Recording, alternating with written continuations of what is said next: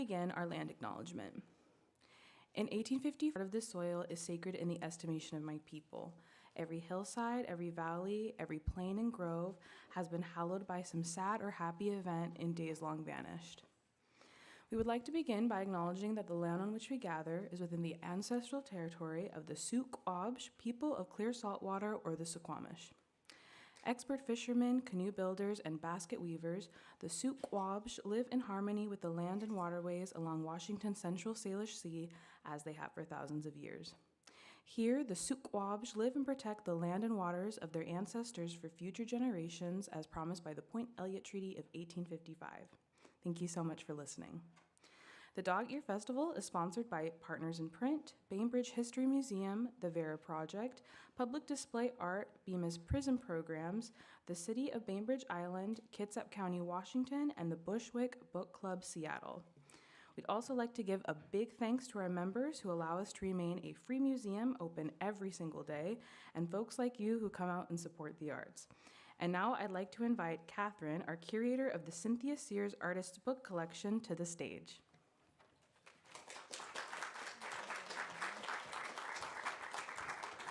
Hi, everyone. Thank you for coming. Welcome. I hope you're all enjoying the day's festivities and the exhibition upstairs. It's such a privilege and honor to be able to curate the Cynthia Sears Artist Books collection, and I take that responsibility very seriously, which you might hear more about today. And anyway, I want to introduce Elizabeth Ajunwa. She is a DC-based art librarian and memory worker, currently serving as director of the Betty Boyd Dietrich Library and Research Center at the National Museum of Women in the Arts, or NMWA for short. Elizabeth oversees a collection of over 25,000 books and archival materials, including zines and artist books. Elizabeth began her library career at Prince George's County Memorial Library System and earned a master's degree in library and information science from Catholic University of America, focusing on cultural heritage management and art librarianship. She is a 2019-2020 ALA Spectrum Scholar. She advocates for the diverse representations of Black, Indigenous, and POC artists in libraries and archives. Last fall, I had the wonderful opportunity to meet Elizabeth and visit NMWA for the first time. The museum was amazing. I have rarely felt so awed. All my artist heroes were there on the walls and pedestals, from Louise Bourgeois to Delita Martin.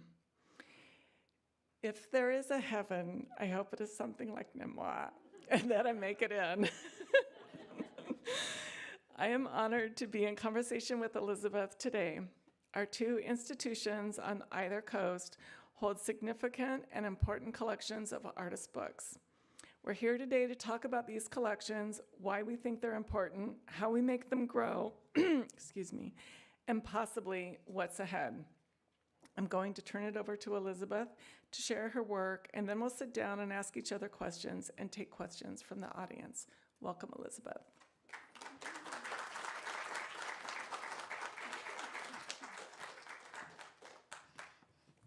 Good afternoon, everyone. Hello, hello. First, I want to thank Catherine, Cynthia, Sadie, Sheila, Sherry, Samuel, everyone who is just giving me such a warm welcome. I feel kind of like a celebrity, guys. So, so I just want to thank everyone for coming and listening to this presentation. So just to reintroduce myself, and thank you for that really, really lovely intro. My name is Elizabeth Ajunwa, and I am the director of the Library and Research Center at the National Museum of Women in the Arts. And today, my presentation is on representing the underrepresented, why artist books matter. I want to start with this image that I have on this first slide. This is this is the artist book by the artist Merritt Oppenheim, and was a very renowned artist, surrealist artist, bended the mediums that she worked in. And this book is called Caroline, and it was the first book that was acquired for our artist book collection. So wanted to show that bit of history. So to start off, I want to tell you a little bit about the National Museum of Women in the Arts, and I added an image of an artist book to display the museum. This is a work by an emerging artist, Marie Carmen Solis, and this work, it was in an exhibition that I'll talk about a little later. But just more about the National Museum of Women in the Arts. One thing about our museum is that we're actually a private museum, even though we have national in the title. So this museum was founded by Wilhelmina Holiday and her husband, and it was founded in 1981, but became public for people to access in 1987. So that's when we set our memorials every year. And the mission of the National Museum of Women in the Arts is to champion women in the arts, and specifically in the visual. And it does so in many ways. Something about me is I'm still a newbie to the art world and the museum world, but I've been doing artist book work and work with women artists for a very long time. And before many of the museums that you see today doing maybe 1 or 2 shows on women. So I want to dive into more of that work and specifically focus in on the artist books that we feature. Where I will dive into our artist book work is through the Betty Boyd Dietrich Library and Research Center. The founding librarian or library director for this position was Christina Wasserman, which many artist book artists might know. She's a character and has taught me a lot in this new role. And she was the one who collected that first book that you saw and really built out the collection that we have. We have, as Catherine mentioned in the intro, over 25,000 books, resources, print materials, and probably even more than that if you include our archival collections. But we have a collection of unique and really visually interesting, about 1,000 artist books, and the collection is growing. And yeah, so that's our artist book collection, and is stewarded and protected and cultivated through our library and research center. So I just want to talk a little bit about how the museum showcases artist books and has done so in the past and is continuing to do so in the present. So this image here is an image of one of our really big artist book exhibitions that we had during the 20th anniversary of the museum. And this exhibition was called The Book as Art.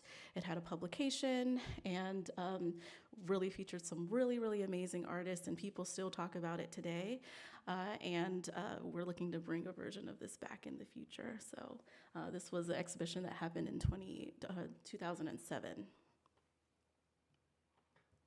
This is another exhibition of artist books that was done at the 25th anniversary of the museum. So I'm showing these to show that we've had artist books exhibitions, and we've had them in museum exhibition spaces, as well as having them in our library spaces and promoting them. And so this is a part of what the museum does. It's not just something that's an offshoot in a library, which that's okay too. No shade to doing it in a library, but we've made this a part of our museum's art promotion. This exhibition was called DMV Color, and this was curated by my predecessor, who you actually see standing in, and Lenora wanted to make sure that we're not only promoting the national artists that we get to interact with and the international artists that we get to interact with, but also the local artists in the Washington, D.C., Maryland, and Virginia area. So she brought together 9 artists who you see here. There's Malika Garib, there's Suzanne Coley, Gail, Jamila Felton, Jen White Johnson, Julie Shea, and Caroline Toey. So these are the artists that were featured, and this was an exhibition that was done in the library space, but many of these artists reach out to me today saying that was a really helpful exhibition for them to, for people in the local and greater, wider country to know about their work. And more recently, this was an exhibition that was done, and I didn't mention this earlier, but the National Museum of Women in the Arts was closed for a little over 2 years for a major renovation. And to celebrate the reopening, we had an exhibition an artist book exhibition to celebrate that. So 9 artists were reached out to, and they commissioned works and the prompt was to think of NMWA as a repository of women arts, and what does that mean? What does NMWA mean as a place, and what does that mean to you? And all of these 9 artists came up with widely varying ideas. I have the image, this one image in the middle is an artist book by Suzanne Coley, and we were a little nervous because she was one of the first photos we were getting of the works, and we're like, oh, is this what women look like? But it was a really, really expansive exhibition. And just to name some of the artists that were featured, Julie Chen, artist named Ajunwa Burroughs, Suzanne Coley, Alyssa Banks, Colette Fu, and Carrie McAleer-Keeler, and Maria Veronica San Martin. So just some really amazing artists. And one really great thing about this exhibition is we were able to have these works in conversation with our traditional art pieces that you typically see in the wall. So we were able to have Ajunwa Burroughs' work in conversation with Alma Thomas. We were able to have Ibe Crowley's work, I didn't mention her work in conversation with Sonia Clark. So it was just really a really amazing exhibition. And Carrie, we were able to have her work in conversation with Guerrilla Girls. So just really showing the expansive work of artist books, but women artists in general. And so from artist books at NMWA to artist books as a tool of representation, I wanted to show another work by Ibe Crowley, who is to us a local artist and comes to NMWA all the time. And in this work, I think why I wanted to show it is because I think it just encapsulates so many of the different stories and narratives and layers that an artist book can show. This work is called 110333, and it is a representation of a woman who was incarcerated in Virginia, and she was incarcerated for murdering her husband. And she was incarcerated, and she gave birth to twins while she was incarcerated. And so this work is exploring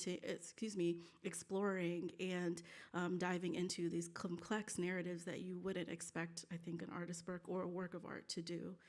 And I love highlighting this because this just took an amazing amount of research to do this, and shows the work and artistry and research that artists put into every artist book that they're making.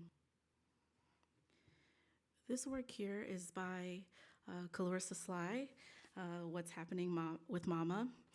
This is a work that is basically kind of autobiographical in a way, where she is using this story that she's telling here to, there's a child who is hearing sounds of their mother giving birth and questioning that. And so she's actually giving this autobiographical story of what was her experience when her mother was giving birth to her sister when she was a child. And so I wanted to highlight this book because this shows how artists are telling stories of motherhood and childhood and his personal histories all through their artist books, and doing it in very innovative ways. Another work here is another work by Clarissa Sly, this one, Wrongly Bodied 2. I wanted to highlight this work because this is diving into questions of gender and race and discrimination and my experience with that. the two people featured here, this book, it intertwines the stories of a man named Jake who has who's experienced transition from female to male. That's how it's described in the work, and juxtaposes his story with a woman named Ellen Craft, who was an enslaved woman who gained her freedom by passing as a white man. And so exploring those narratives and diving into those, and again, this is what artist books are able to do.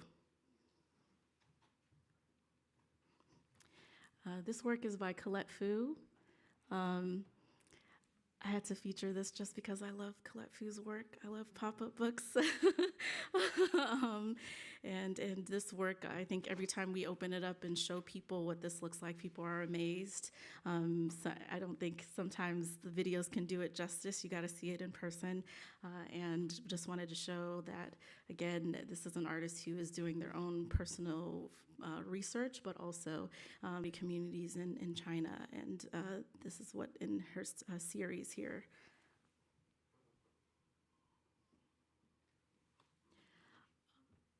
I wanted to highlight this work because I don't know if a lot of people knew that Kara Walker had an artist book or did artist book work.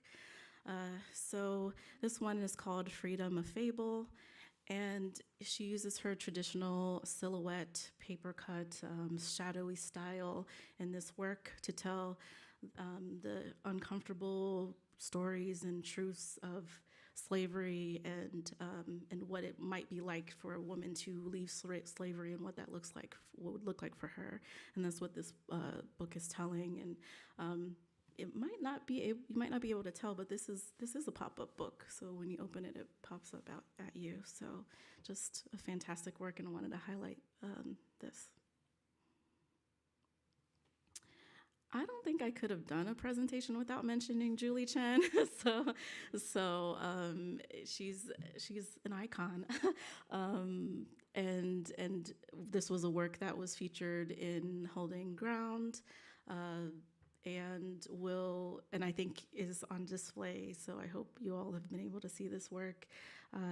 She really took the prompt very literally in providing this work for the exhibition, and this work depicts the hands of people who have inspired her art practice, as well as those who are women artists making art, and she shows that in many ways through this artist book, and you can just see her really philosophical but precise and geometric style that she adds to the work, and it's just really amazing, and I wanted to make sure we highlight that.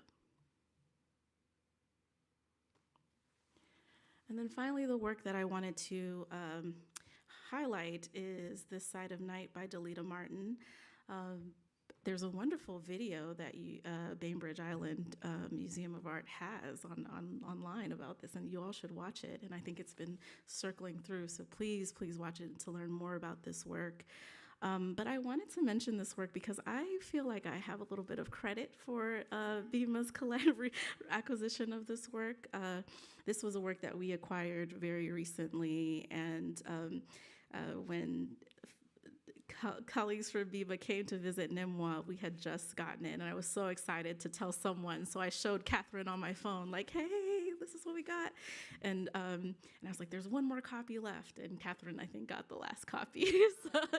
So I wanted to show this, again, as the work that we're doing with artist books, but how we're collaborating with other institutions. One thing I love about book artists, artist book world, is that it's very friendly. And it's not as competitive as some of my other colleagues who are curators with some of the other art forms are seeing. So I'm very grateful for that. At least that's my experience so far. So I wanted to touch on a little bit of how we are engaging the public with artist books. So here you see a few different images of how we're doing that. This is a couple who is viewing the Holding Ground exhibition. At the top of my left right corner, was a private or more of an intimate panel discussion with the Holding Ground artists. We've had a wide variety of special groups and or special visits, and mainly college students who've been coming specifically to see the works that we have. And we have, I would say, on a weekly basis, visitors not only coming to see our books and our archival collections, but specifically coming to see artist books and specifically coming to see certain artist books. So we're always trying to find ways to highlight these works in any way we can. And I'm taking a lot of inspiration from DogEar to see how we can continue to do that. And I just wanted to start to wrap up this in saying why artist books matter. I want to say on a personal note, I said earlier that I'm newer to the museum world, and when I was getting into art librarianship, I didn't know that this was a career that someone could have, and I didn't see a lot of Black women in the space. I didn't see a lot of people of color in the space. But one thing that artist books have given me, it's been accessible. It's something that I can connect people to. It's something that the public is excited about and feels like they can understand. And even sometimes when we show people artist books, they can even have a greater understanding of the other works on the walls through the work. And so I just think I wanted to highlight how, one, the National Museum of Women in the Arts, by existing, has always represented the underrepresented, but artist books themselves has been doing that in so many different ways. I should have said this at the beginning. My opinions are National Museum of Women in the Arts, but I do want to say I think this medium, especially in a time of censorship, especially in a time of fear, will be more important more than ever. So that is my thought on that, and I'll leave you with a few things that are to come when at NMWA. And that is, we will be hosting the traveling exhibition, A Radical Alteration, Women's Studio Workshop as a Sustainable Art Model for Art Making. That opens very soon, April 25th officially. And I'm super excited for this exhibition.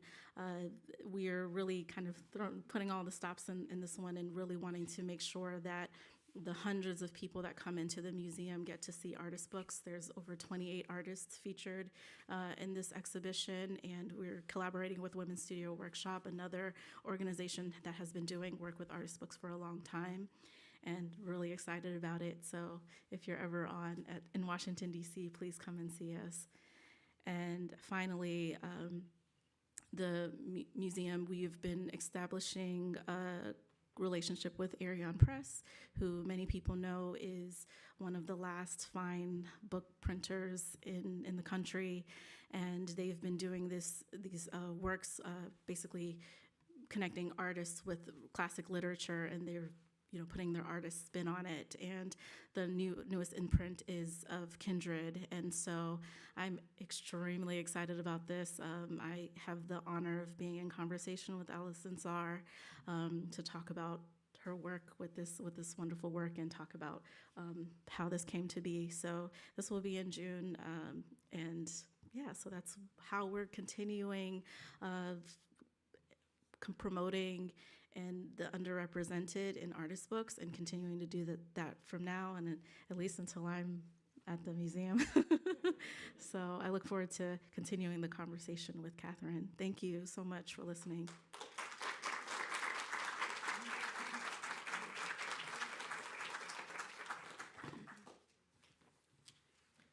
So we're going to have a seat and do some talking.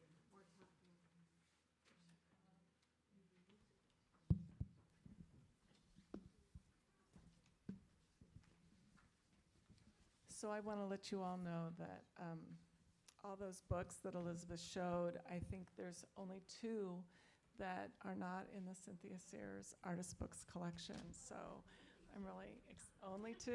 I think one was a unique copy in the Holding Ground exhibition, and one other, I think. Yeah, I tried to connect the 2 institutions. Can you hear me? No? Yes? Yes, okay.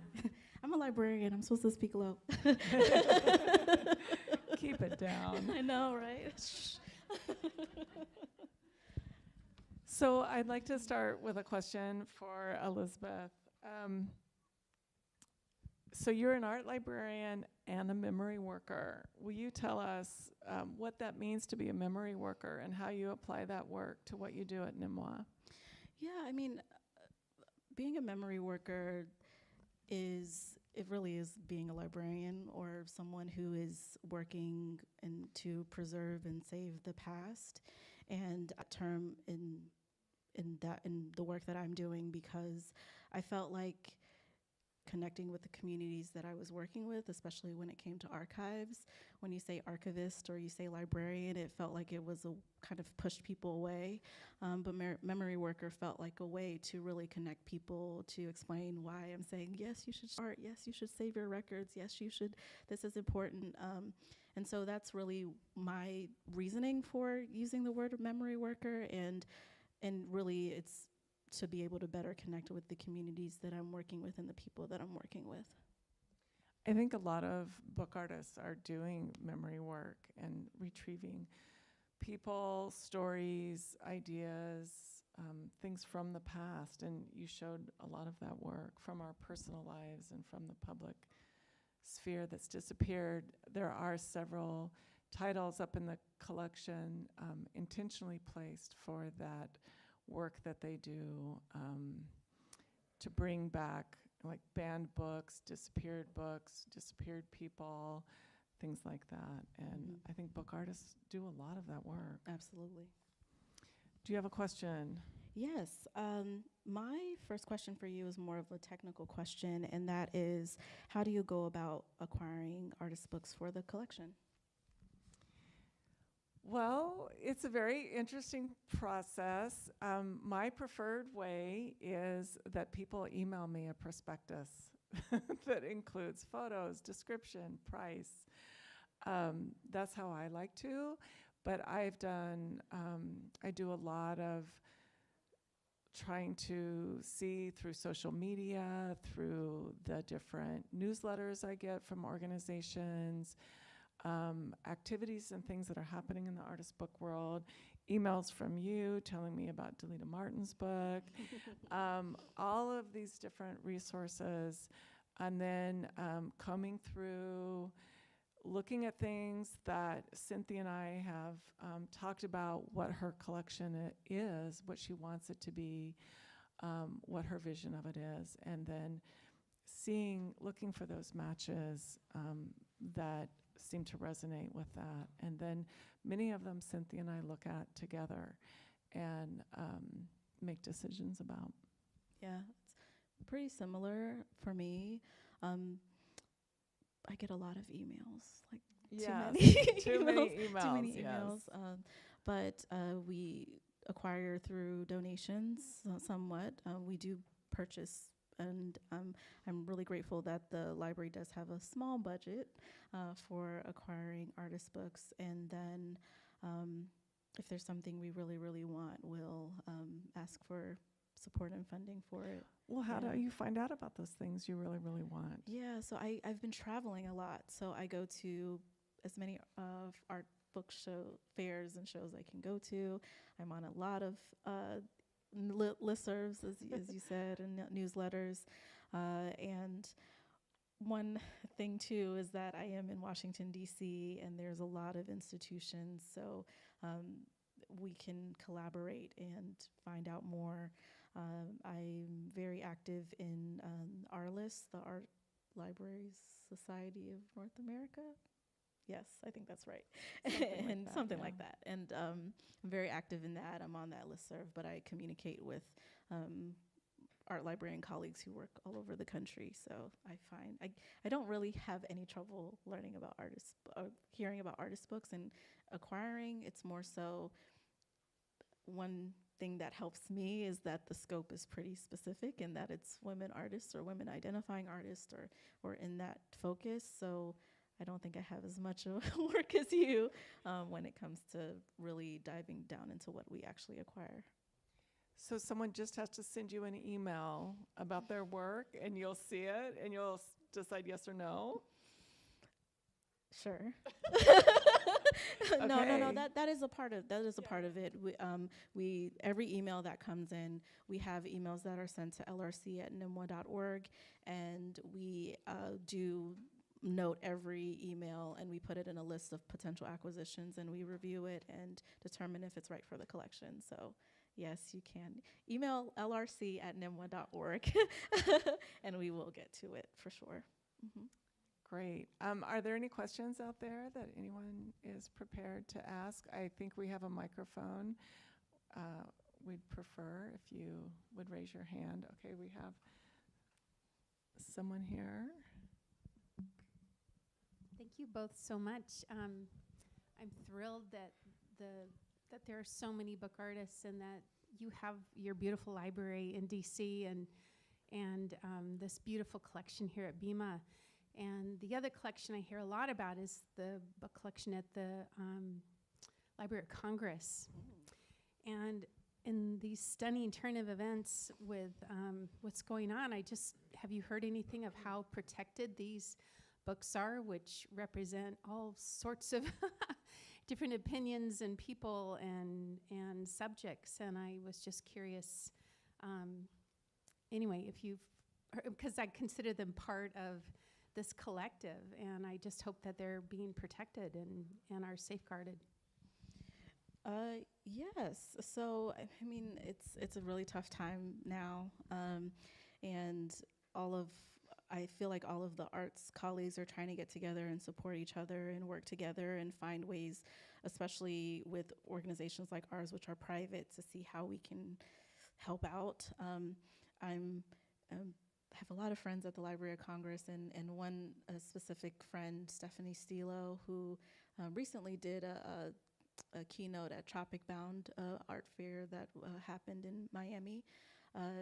We're actually meeting soon to talk about potential exhibitions and ways, and I think what government workers who are still there are doing are just keeping on, and just they're continuing the work until someone forces them not to. And our colleagues at the Library of Congress are doing that. Yes. Anyone else? The mic is coming around to you, Celine. I'd like to hear from both of you about what some of the areas of emphasis that you collect in for the collections, what the specific interests of the collections are. So I try to match what the museum is doing. So if there's something we're particularly focusing on, I try to collect in that way. So this year, for instance, we were really focused on environmental justice and things that were related to the environment. So every book fair I was going to, I was kind of looking for something that related to that. I also look for artist books we're having and are coming up, as well as just ones that I like. But my philosophy is really trying to make the collection be in sync with the museum. Mostly that. I think Cynthia has always been interested in social justice, and I've heard the collection be described as very feminist, which doesn't necessarily mean feminist works, but with that idea of being a feminist, which Cynthia is, in how you look at things. So there's a predominant amount of social justice, environmental justice, nature, a lot of books by women, and Cynthia has a wonderful sense of humor. She likes books that make her laugh and smile, and then children's books. So there's a very small amount of fine pressed children's works in the collection, and anything that just really, again, if someone is doing something really unique, we want to have it. You know, like I'll mention Sue's Wolf, who, of course, her work is very environmental, but like every piece she makes is made out of wood, and every piece is about bark beetles. And they're all just totally different from each other. And she has a huge amount of research that she pours into these. And they're super fascinating. So they fall into multiple categories, but it's just so particular and no one else is doing that. So when someone is doing something that it seems like no one else is doing, we're very, very interested, whether it's the materials or the subject. Also, Cynthia and I both love storytelling. So if you have a really good story, it catches our attention and makes us very, very interested. So there's a very unique sort of personal element that you can't know, like, will they want it or not want it? But there's a lot of things that seem, you don't know when you're making something that everyone else is doing the exact same thing. But unfortunately that happens. And so we'll see something, like right post-COVID or the end of lockdown time, books were coming out and people were putting a lot of dots on a page to just represent this like unchanging day after day after day. And we bought the first one we saw. We maybe bought the second one we saw, but when we saw the third one, we're like, we're done, you know? And so you don't know that that's what's out there because none of us are seeing each other and in touch with each other. But one thing I think I've thought about as an artist in this position is how you have your first idea, and sometimes it's really important to take that idea a few more steps before you actually execute it in the studio. And I think they tend to more originality that way. You started on my question, which was, what is it like being an artist and a curator? How does your practice inform your curatorial work? Well, let's see. So I started about 35 years ago, and I feel very well steeped in the book artists of the Puget Sound area, and less so nationally, but a little bit. And this is a regional museum. It's very Puget Sound oriented. And so in the curatorial realm, I'm always trying to keep that in mind. Like Cynthia cares deeply about Puget Sound artists and Washington State artists and Northwest artists.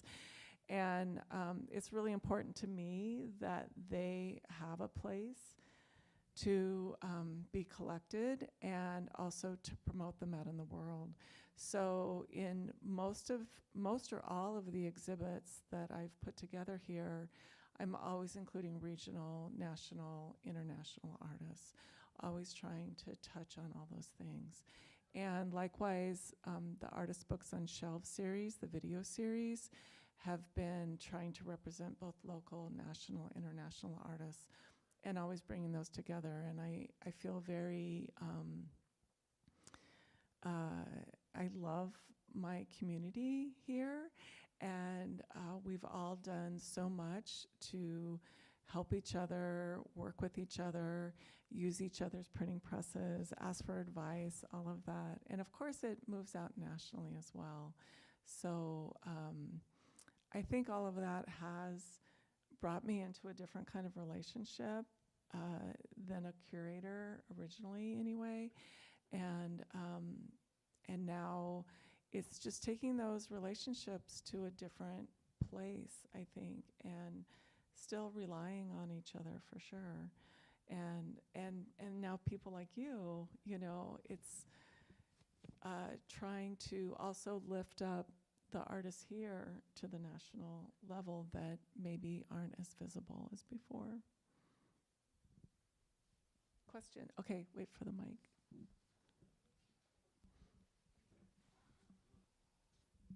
Dovetailing off your last comment, are you two considering co-curating or having shows that you've curated travel between the museums? Are we? Are we? Can we? Are we? I think that's an idea that we should explore, right? I think it's a great idea. Yeah. I would hope to in the future. It's very new. You haven't been in your position very long. No, not 3 years yet.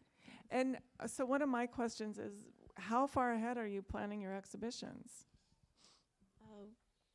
The museum has exhibitions planned through 2029. Yeah. Yeah, yeah.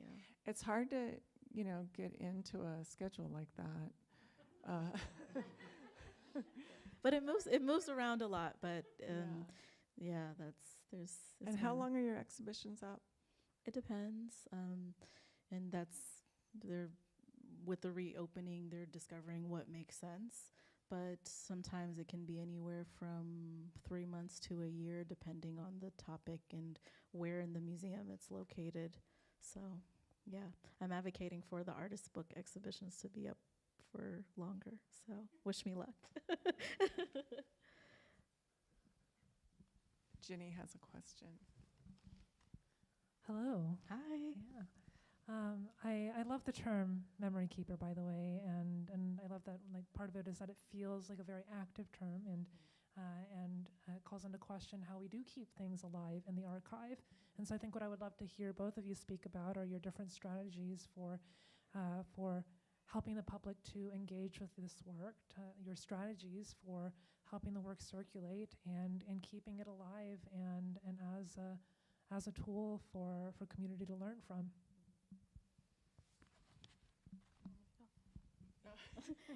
It's really difficult to have people come through and handle books. It's just a challenge. You have to decide, how long do we want to keep this book? Because if people handle it all the time, things happen over time. Cynthia has collected multiples of some books, and we're trying to determine, this will be a handleable copy and this one won't. We do have some events twice a month called Open Books, when people can come in and there's a presentation of books, but you get to handle them, look through them, talk about them, touch them with your own. So we do that. We are not a library here at the museum. We're a museum. And so we do treat the artist books as art. They are art. And so it's a little bit different. I would love there to be more open book style events when things can be handled and held by someone doing that. And sometimes in the exhibitions we have work that can be handled, and that's largely because we have duplicates and we can provide that. Yeah, we definitely have a similar challenge of wanting to protect the work, but I would say even though we are a library, we still treat the works like artworks. And how I've been implementing making sure that that artist books are accessible is through programming. So working with our education department to make sure that they're having workshops and activities that relate to the artist books, which they do. We have, as I mentioned in my presentation, we have school groups and researchers that come in weekly to engage with the artist books.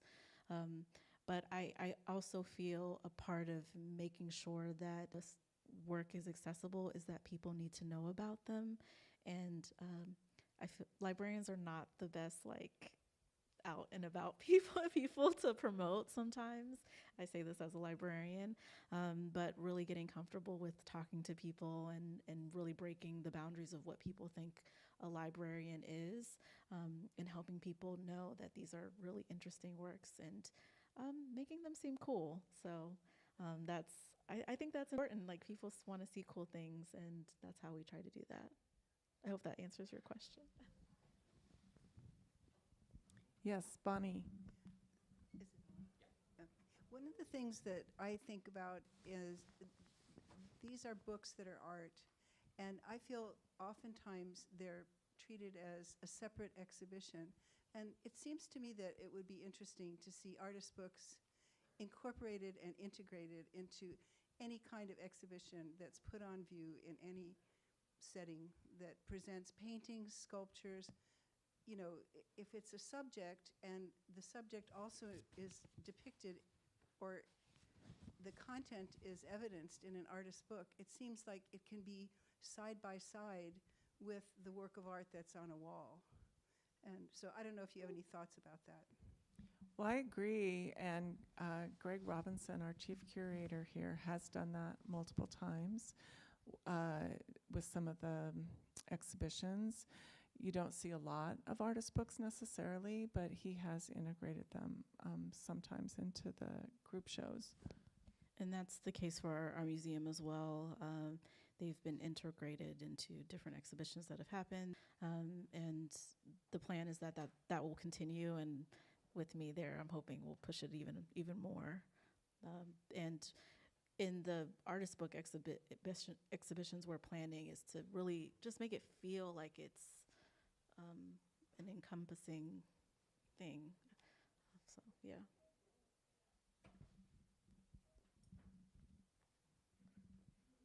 Hi, thanks so much for being here. It's a pleasure to meet you as a former librarian.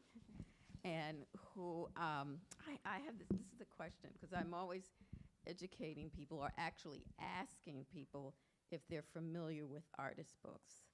And many, many people are not.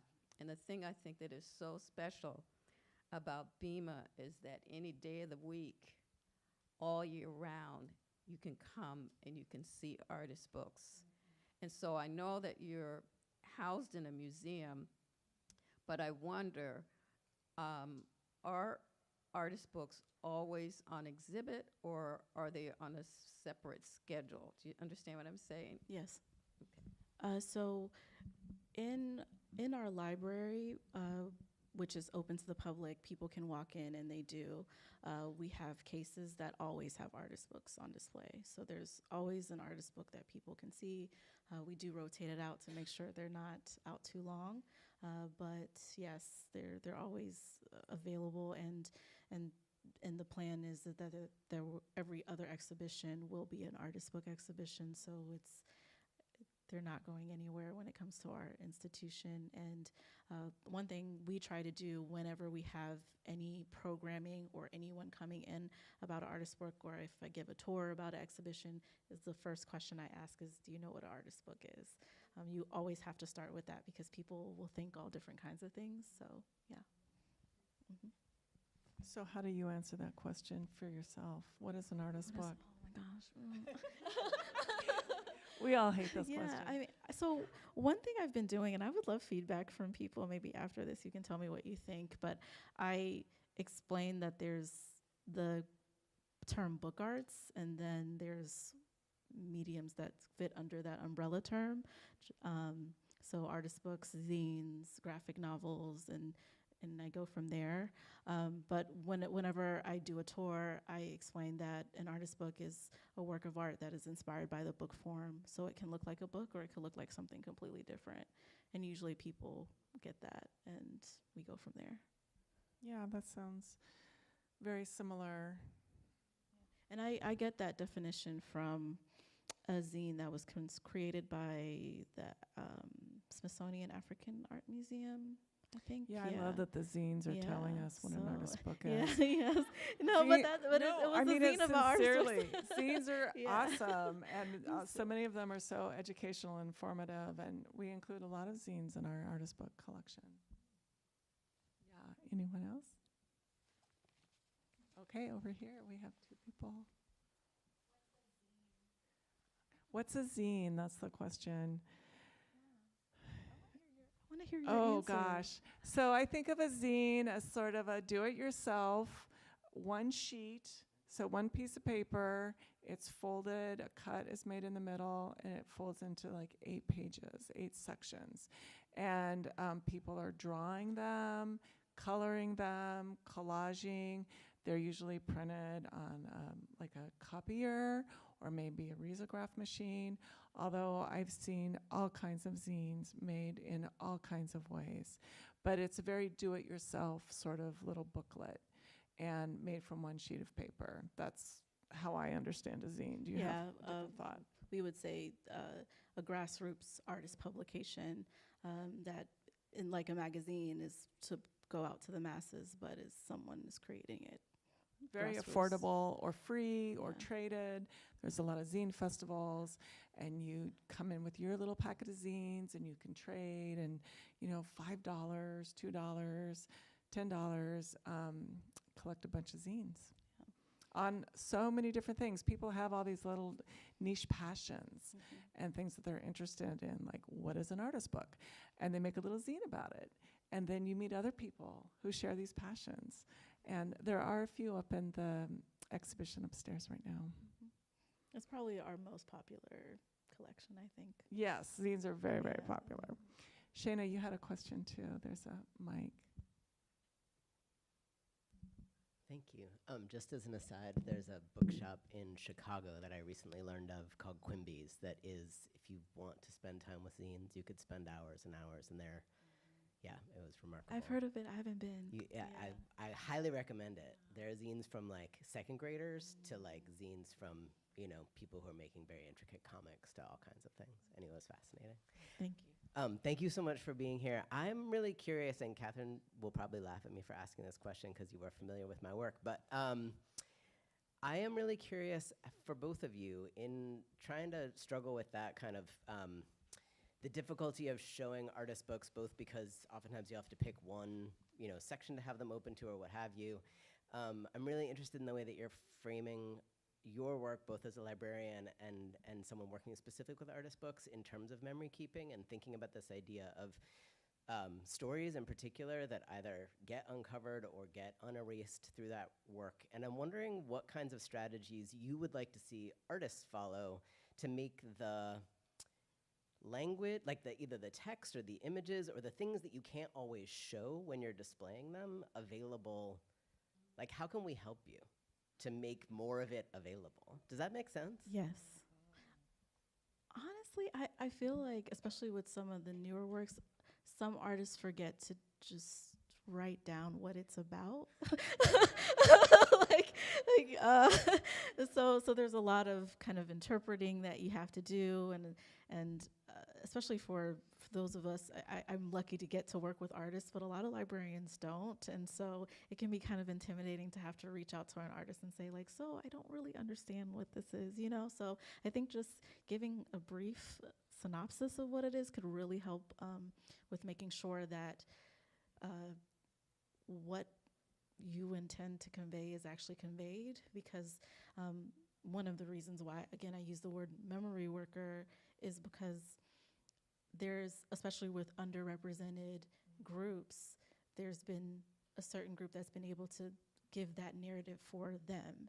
And so that's always my worry about artist books, is that if you please tell us what you intended, even if it's, I want it to be whatever the viewer sees, let the person who's the steward of the collection or the artist book know that. Yeah, I agree, but I'm going to go one step before that. Please sign and date your work. Yes. We get Please. a lot of artist books that have no name in them. And Mayor, did you want to jump in? Yes, I do. Put a colophon in your book, too. Yeah. Yes. A colophon is really helpful, and I understand that colophons don't always fit the design of the work. But if you send us any sort of printed material, we will archive it, keep it. If it's digital, we put it in our digital storage system. I love the stories. I love the information. And I will get a book sometimes and I don't know anything about it. And I will spend time really trying to understand your book. But it is going to be my interpretation. And when I started the Artist Books on Shelf video series, it was very daunting to take some of my favorite books and write scripts about them. Even if it seems like the story is obvious, I'm trying to create a synopsis for you or create a little journey through the book without reading every word on every page. And it was a little terrifying a few times. And one of the ones that was playing earlier was My Mother, Walt Whitman and Me by Clarissa Sly. And I wrote that script, and then before we recorded it, I realized I was totally terrified to present Clarissa's book without her approval. So I sent her the script and asked her, I'm like, is this what you're saying? And she emailed me back. She's like, that's great.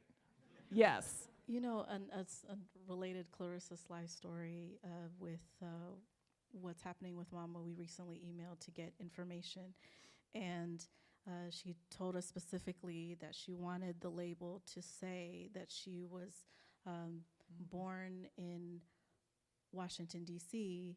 because during the time she was born, she should have been born in Virginia, but because of segregated hospitals, she wasn't able to be. And if I hadn't have reached out and asked, that would have been context that no one would have known about. And so it's, again, so please, like, whatever information you can share so we're conveying the story that needs to be told is what I would say. And sometimes your book might not go on exhibition or be part of a discussion because we don't know how to talk about it. And so you really are helping us by giving us as much information as you can.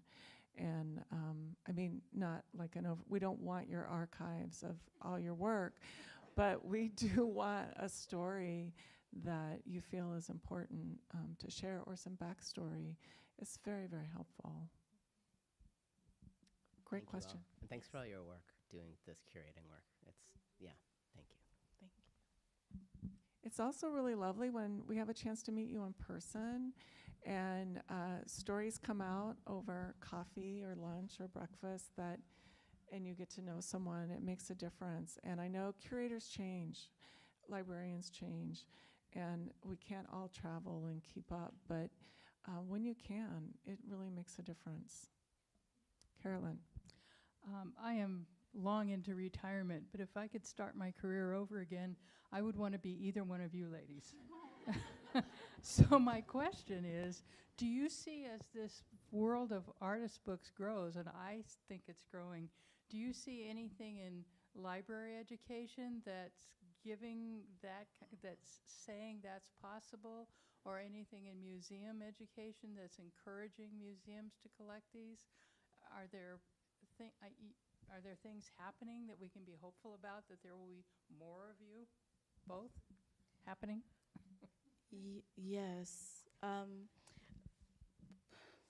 I feel like artist books are getting more popular, and it's really helping my job because I think our curatorial team has realized that they cannot ignore artist books anymore. They're just people ask about them all the time. They're in the zeitgeist. And so that's really encouraging because I feel like it's starting to feel like, whether good or bad, a part of the greater art world. I think some challenges will come with that, but it's really exciting too, because meeting so many different artists and just realizing that artists are doing art, and regardless of the medium. So I don't know if that's really answering your question, but I'm really excited about it. That's a good answer. I like that answer. Thank you. So I came into curating through being part of a small Seattle Puget Sound community, not having a museum that was showing artist books at the time, not having a Center for Book Arts, not having a university book arts program. And we did it ourselves. And I'm going to say mostly Mara Blocker, Chris Stern were always drumming up cafes, bookstores, empty shops, places to even have, we had book shows for a weekend, literally.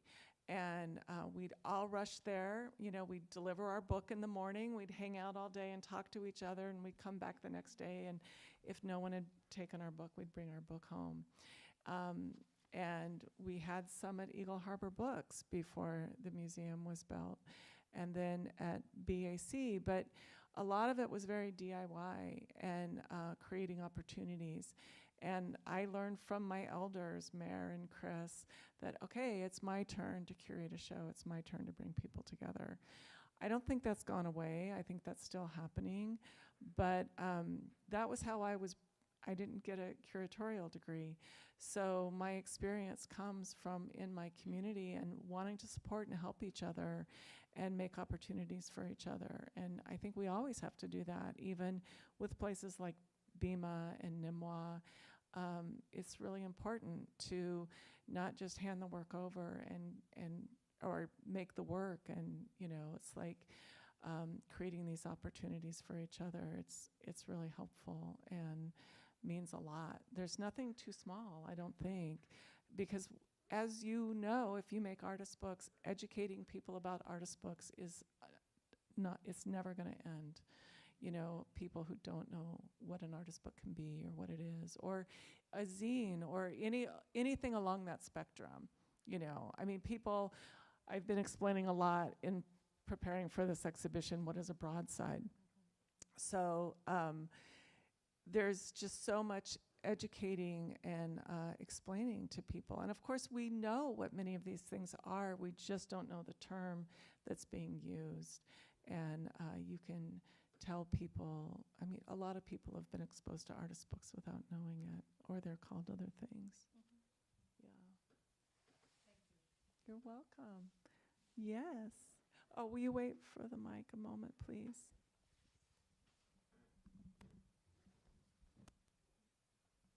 Okay, Go ahead. thank you, both of you. So my question, I don't know, it's just something with what's happening during these times. And I was just reading in The Guardian of the young woman that was picked up by ICE and detained at a Tacoma ICE center. And she became the inside artist by default. Oh, the cartoonist? Yes, and then she's telling the story because I do a lot of activism over there. And so she's become the people's artist to tell the stories and the drawings, to pass it on as to their families and to tell the world what's going on. And so there's so many communities, their existence, their country doesn't exist anymore. So I know in Syria there's online Syrian gallery because they can never go back, but their voices, their art, their experience exists online that was created. So my question is, letters or things of that format of people, is that something that would be considered as something to be stored in museums or in artist book, a zine, or anything like that, like a collection, of people's stories and existence, that they existed? My answer would be that reminds me more of the archival work that we do. But I would say it's important because it informs the artist books that are created. Right. And that's a part of the work that I do as a library director, is making sure that we're saving those letters and records. One of our kind of marquee collections is we have a collection of Frida Kahlo's letters, and those are digitized, and we've made those recently available online, and we're working to make them even more accessible. So that's work that takes time, but definitely our museum is doing. Okay. Yeah. Good, thank you. So it's after 3, and unless someone has a burning question, we'll answer it. But otherwise, maybe it's time to wrap up. Any more burning questions? Thank you for coming. Yes, thank you, everyone. Thank you, Elizabeth.